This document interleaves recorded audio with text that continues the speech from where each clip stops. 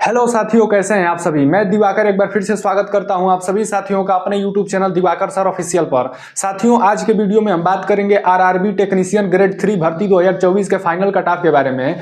मैं यहां पर आईटीआई और पीसीएम दोनों ही कैटेगरी वाले छात्रों की कट ऑफ बताने वाला हूं, तो वीडियो में शुरू से अंत तक बने रहिएगा। मैं आप सभी से प्रॉमिस करता हूं कि आपके मन में जितने सारे डाउट्स होंगे कट ऑफ को लेकर के सारे इस वीडियो के माध्यम से क्लियर हो जाएगी। तो साथियों, वीडियो में बने रहिएगा। यदि चैनल पर नए आए हैं तो प्लीज चैनल को सब्सक्राइब कीजिएगा, इस वीडियो पे एक प्यारा सा लाइक कीजिएगा। तो साथियों, जैसा कि आप सभी को पता होगा कि आरआरबी टेक्नीशियन ग्रेड 3 की परीक्षाएं 19 दिसंबर से शुरू थी और 30 दिसंबर तक चली थी। उसके बाद इसका आंसर की 6 जनवरी 2025 को रिलीज कर दिया गया था। उसके बाद से यूट्यूब पर लगातार अलग अलग टीचरों द्वारा अलग अलग कट ऑफ की वीडियो बनाई गई।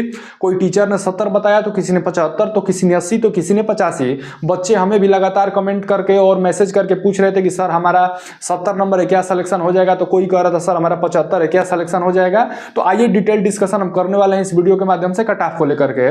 मैं आप सभी को यह अभी बताऊंगा कि क्या जोन वाइज कट ऑफ पे फर्क पड़ने वाला है, क्योंकि बहुत सारे टीचर ये अभी डरा रहे हैं कि इस जोन का कट ऑफ हाई जाएगा, इस जोन का कट ऑफ कम जाएगा।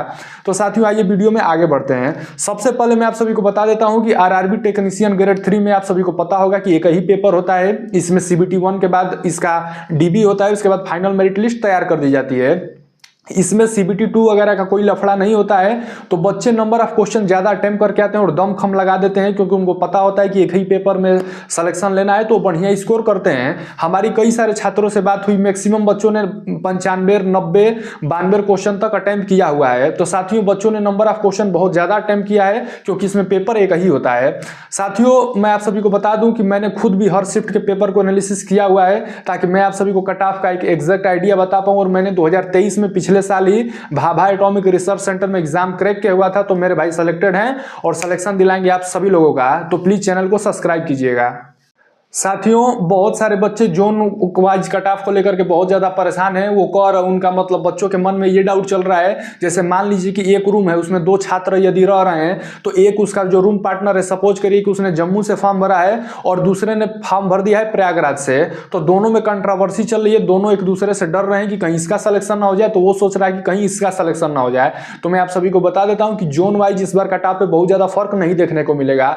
इसके पीछे सिर्फ और सिर्फ एक ही वजह है, वजह यह है कि नंबर ऑफ सीट काफी कम है। साथियों, कोई सा भी जोन आप उठा करके देख लीजिए, पीसीएम वाले बच्चों की बात करें, आईटीआई वाले बच्चों की बात करें, सीट काफी कम आई थी, लेकिन बच्चे बहुत ज्यादा फॉर्म भरे हैं। इस बात को आप समझिएगा, क्योंकि कोई सा भी जोन हो, फॉर्म बहुत ज्यादा भरे गए हैं, सीट भी कम है, तो कट ऑफ लगभग ज्यादा ही जाने वाला है। तो आपको जोन वाइज कंफ्यूज बिल्कुल भी नहीं होना है। साथियों, हमारे कई सारे फ्रेंड आज भी गवर्नमेंट एग्जाम की तैयारी करते हैं और उन्होंने भी रेलवे टेक्नीशियन की परीक्षा दी हुई थी। तो हमारे कई सारे फ्रेंड जो है प्रयागराज से कोई फॉर्म भरा है, तो कोई सिकंदराबाद से भरा है, तो कोई जम्मू से भरा है, तो कोई मालदा से भरा है। तो अलग अलग जोन से अलग अलग छात्रों ने फॉर्म भरे हैं। ऐसा नहीं है कि कोई मतलब प्रयागराज के साइड का है तो उसने बस प्रयागराज में फॉर्म भरा है। बच्चे हर जगह फॉर्म भर रहे हैं, तो आपको जोन वाइज से बिल्कुल भी घबराना नहीं है मेरे भाई। और आप सभी को मैं बता दूं कि नॉर्मलाइजेशन का रोल बहुत ही ना के बराबर इस बार होने वाला है टेक्नीशियन ग्रेड 3 में, क्योंकि रेलवे ने इस बार पेपर काफी बैलेंस बनाया था।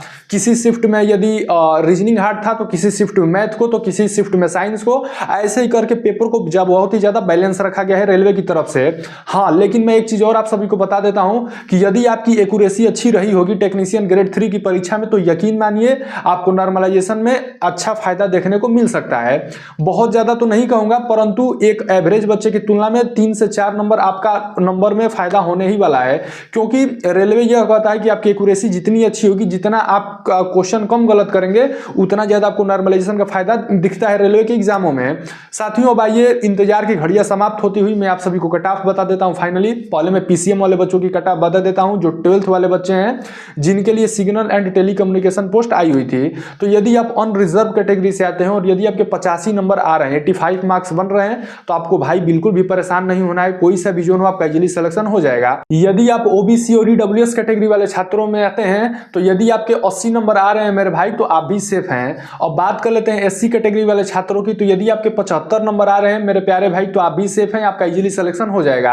और बात कर लेते हैं एसटी कैटेगरी वाले छात्रों की, तो यदि आपके 70 नंबर भी आ रहे हैं, तो आप सेफ हैं, आपको बिल्कुल भी घबराने की जरूरत नहीं है।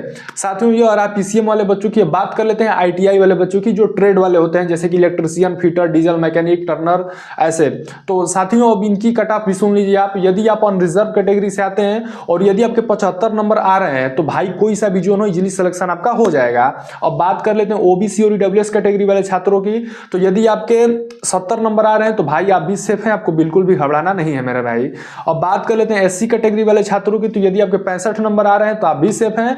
लास्ट कैटेगरी की बात कर लेते हैं एसटी कैटेगरी, यदि आपके 60 नंबर आ रहे हैं तो 100% भाई तुम्हारा सिलेक्शन होने वाला है, एकदम परेशान मत होइए। अब साथियों मैं एक चीज आपको और बता देता हूं कि जो भी बच्चे को लग रहा होगा कि हम बॉर्डर पे हैं, मेरा सिलेक्शन हो भी सकता है नहीं भी हो सकता है, तो ऐसे छात्रों से मैं यही कहूंगा कि मतलब परिणाम की चिंता न करते हुए आप मेहनत पे ज्यादा ध्यान दीजिए, क्योंकि हो सके यदि बाई चांस आपका सिलेक्शन ना हो तो फिर आपको पछताने के सिवा कुछ बचेगा नहीं। और यदि आप पढ़ाई करते रहेंगे, कंटिन्यूटी आप बनाए रखेंगे तो आपके लिए बढ़िया रहने वाला है। तो कट ऑफ पे बहुत ज्यादा चिंता विश्लेषण करने की जरूरत नहीं है। रेलवे ने बता दिया है कि हर साल इसका कैलेंडर आएगा और हर साल अब भर्तियां इसमें होती जाएंगी, पहले वाला सिस्टम नहीं रहेगा कि 5-5 साल पे भर्तियां आएंगी। तो मैं आप सभी से यही कहूंगा कि जिसका भी थोड़ा नंबर कम है साथियों, दम खम लगा करके मेहनत स्टार्ट कर दीजिए, आपको पुनः दोबारा फिर से मौका मिलने वाला है। एक इसी पर बहुत ही अच्छा शायरी है, मैं आप सभी को सुनाना चाहूंगा कि असफलता एक चुनौती है, इसे स्वीकार करो, क्या कमी रह गई देखो और उसे सुधार करो, कुछ किए बिना यूं ही ऐसे ही जय जयकार नहीं होती, और मेहनत करने वालों की, जुनून से मेहनत करने वालों की कभी हार नहीं होती। तो साथियों मेहनत करिए, मेहनत ही एक ऐसी चीज है जो हाथ में लिखी हुई लकीरों को भी मिटाने का ताकत रखती है। तो मैं आपसे यही कहूंगा कि हार्ड वर्क यदि करेंगे तो तकदीर बदलते देर नहीं लगेगी मेरे भाई। साथियों आपने किस जोन से फॉर्म भरा हुआ है और आपकी कैटेगरी कौन सी है और आपके कितने मार्क्स आ रहे हैं, कमेंट बॉक्स में जरूर बताइएगा। इस वीडियो में इतना ही, मिलेंगे दोबारा कुछ और भी अच्छी इंफॉर्मेशन के साथ, तब तक के लिए जय हिंद, वंदे मातरम।